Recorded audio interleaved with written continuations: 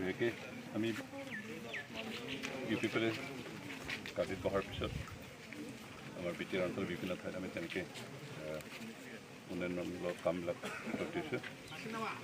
ইতিমধ্যে আমাৰ গধূলি মিছনৰ জৰিয়তে বিভিন্ন ঠাইত ৰাস্তা পদূলি বনোৱা কিছুমান প্ৰায় কমপ্লেইন কিছুমান চলি আছে আৰু 15 ফাইনেন্সৰ অধীনে বিভিন্ন ঠাইত তেনেকৈ ক'ৰবাত দলং, ক'ৰবাত কালভাৰ্ট, ক'ৰবাত হয়তো ৰাস্তা এনেকুৱা নিৰ্মাণৰ কাম চলি আছে আৰু যি ইয়াত দুটা কালভাৰ্ট নিৰ্মাণৰ কাৰণে কাৰ্যসূচী হাতত লোৱা হ'ব আৰু ইতিমধ্যে দুটা আঁচনিৰ কাৰণে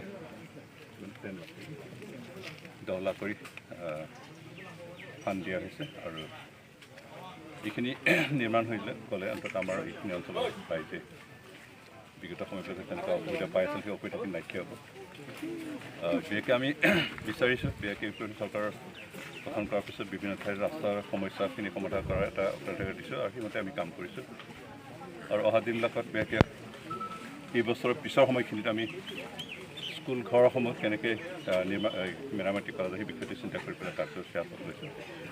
কাৰণ আমি দেখিছোঁ আমাৰ গাঁও অঞ্চলত থকা LP স্কুলেই হওক, হাইস্কুলেই হওক, ME স্কুলেই হওক, ঘৰবিলাক বহুত পুৰণি হৈ গ'ল, ভাঙি চিঙি গ'ল, ক'ৰবাত বৰষুণ হ'লে ক্লাছ কৰিব নোৱাৰে, তেনেকুৱা টিংবিলাক ফুটা হৈ গ'ল, তেনেকুৱা বিভিন্ন স্কুলবিলাকৰ সমস্যা আমি দেখিবলৈ পাইছোঁ। সেইকাৰণে গোটেই স্কুলখিনি আমি কেনেকৈ পাৰোঁ মেৰামতিৰ ব্যৱস্থাখিনি কাম কৰিবলৈ সিদ্ধান্ত লৈছোঁ আৰু অহা হয়তো 5 বছৰৰ ভিতৰত আমি অন্ততঃ BTR অঞ্চল তেনেকুৱা বৰষুণৰ সময়ত ক্লাছ কৰিব নোৱাৰা তেনেকুৱা স্কুল এখনো নাথাকিব। সেইখিনি সিদ্ধান্ত লৈ আমি কাম কৰিবৰ কাৰণে আগবাঢ়িছোঁ। আজি এইটো এটা কাৰ্যসূচী চলিছে আৰু অহা দিনলৈকে আমি বিভিন্ন কাৰ্যসূচী ল'ম আৰু ইয়াৰ জৰিয়তে আমাৰ অঞ্চলৰ সমস্যাবিলাক ৰাস্তা পদূলিৰ সমস্যা, স্কুলসমূহৰ সমস্যা,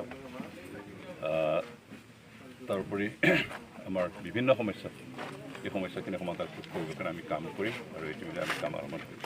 স্যাৰ এটা ৰাজনৈতিক প্ৰশ্ন আমি জানিব বিচাৰিছোঁ। ইতিমধ্যে উপ নিৰ্বাচন আহি আছে আৰু উপ নিৰ্বাচন অহাৰ লগে লগে ৰাজনীতিৰ গৰম বতাহ এতিয়া সৰ্বত্ৰ বলিছে। BPFৰ চৰ্চা বৰ্তমান চলি আছে। BPFৰ সৈতে BJPৰ মুখ্যমন্ত্ৰী সঘন গোপন বৈঠক চলাৰ ইতিমধ্যে কথা চলি আছে। যদিহে BJPৰ লগত BPF চামিল হয় তেতিয়াহ'লে অস্বস্তিত পৰিব নেকি UPPL? কি প্ৰতিক্ৰিয়া দিব?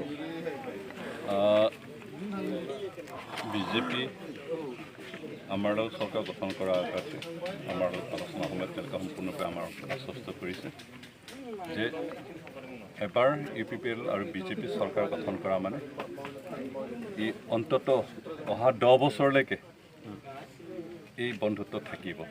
এই কথাখিনি BJPৰ নেতৃবৰ্গই আমাক তেনেকৈ আশ্বাস দিছে আৰু সেই আশ্বাসৰ পৰা আমাৰ আশ্বস্ত আছে আৰু সেইকাৰণে আজি মিডিয়াবিলাকত যিবোৰ প্ৰচাৰ হৈছে যে হিমন্ত বিশ্ব শৰ্মাৰ লগত আমাৰ হাগ্ৰামৰ মহিলা ডাঙৰীয়া সঘনে চোৰকৈ লগ ধৰি আলোচনা কৰি আছে আৰু এই আলোচনা ভালে ভালে হ'লে BJP আৰু BPF একেলগে হ'ব আৰু একেলগে হ'লে যদি UPPৰ কিবা হলঠেকত পৰিব নেকি তেনেকুৱাবিলাক যিটো সন্দেহ সেইটো অমূলক।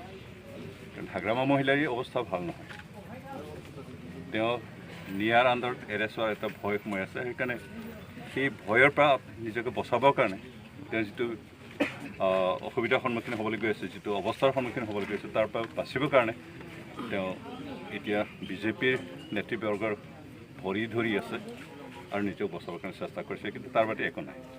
পাৰ্টি লেভেলত BJPয়ে অন্ততঃ BPFক তেওঁলোকৰ সহযোগী দল হিচাপে কেতিয়াও গ্ৰহণ নকৰিব।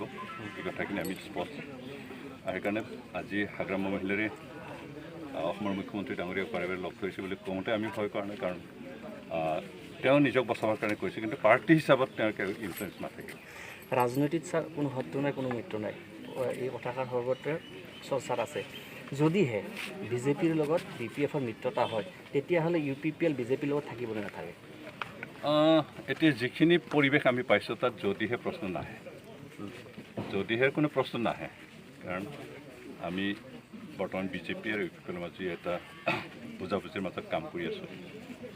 কাম কৰোঁতে অসুবিধা তেওঁলোকৰ হোৱা নাই, আমাৰো হোৱা নাই আৰু তাত কোনোবা থাৰ্ড পাৰ্টি সোমাই ল'ব তেনেকুৱা প্ৰশ্ন উদয় হোৱাৰ সম্ভাৱনা একেবাৰে নাই।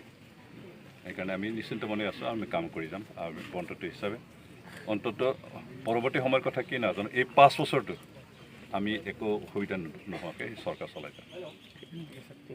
Thank U.